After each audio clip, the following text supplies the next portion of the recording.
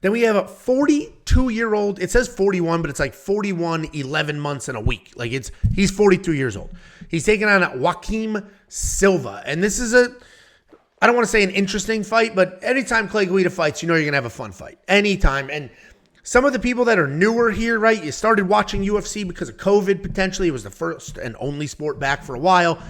You don't know who Clay Guida is. I encourage you to go on YouTube, watch Clay Guida versus Diego Sanchez. Watch Clay Guida versus... Clay Guida has no fewer than 10 fights that are all-time fights. This guy is an insane, relentless pace wrestler who has the guts of... I don't know how I'm going to finish that sentence. The guts of what? He has guts. He's tough.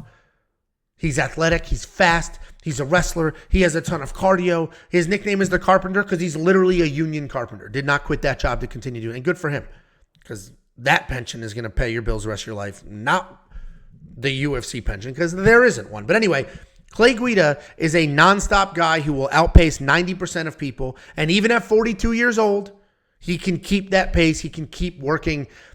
At 41 years old, he won a fight by using that pace, by nonstop pressuring, by continuing forward. And that's who Clay Guida is. He is a busy, busy guy who has good wrestling, phenomenal cardio, decent speed, all the things. But Father Time catches up to everybody. He is coming off that loss to Rafa Garcia, where he landed half the strikes, and he did go 0 for 3 on takedowns. He's taking on Joaquim Silva. Joaquim Silva is a BJJ guy with pretty good hands. He's very explosive. He's always looking for a knockout. And he does have that BJJ black belt. And he is more than capable on the ground, but he doesn't really attempt takedowns. Look at that, 0.17 takedown average per 15 minutes. So he's not shooting a lot of takedowns, even though that is his path to victory on the ground. He has so much power in his hands that he is live in every single fight. And he is coming off that stoppage loss to Arman Sarukian, the guy in the main event. But he had Arman on ice skates. He had Arman almost down and out. You're going to look at the stats.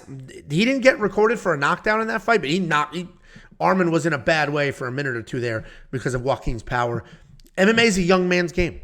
Occasionally, you will get somebody like Clay Guida who can seemingly avoid Father Time and defy the odds for a little bit, but eventually it will catch up to everybody. Look at Mark Madsen just a few weeks ago.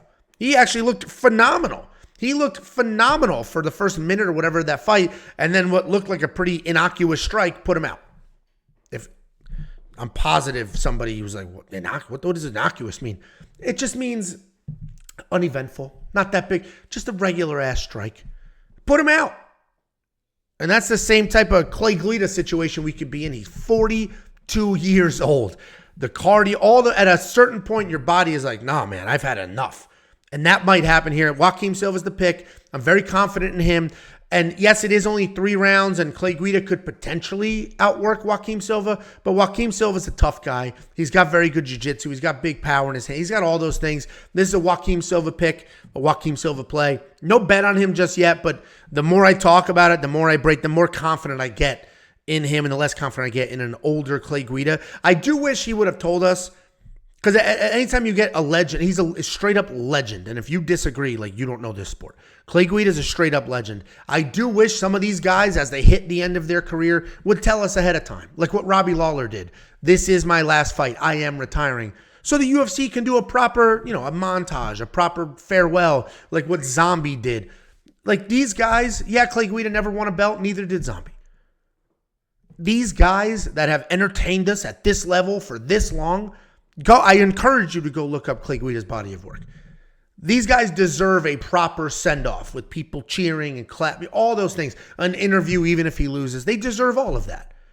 So I don't know if this is his last fight. I'm making assumptions, but if Joaquim Silva knocks him out, he probably going to go home and be like, yeah, I can't do this anymore. He's got a decent job. He's got a good living. He does this because he loves it.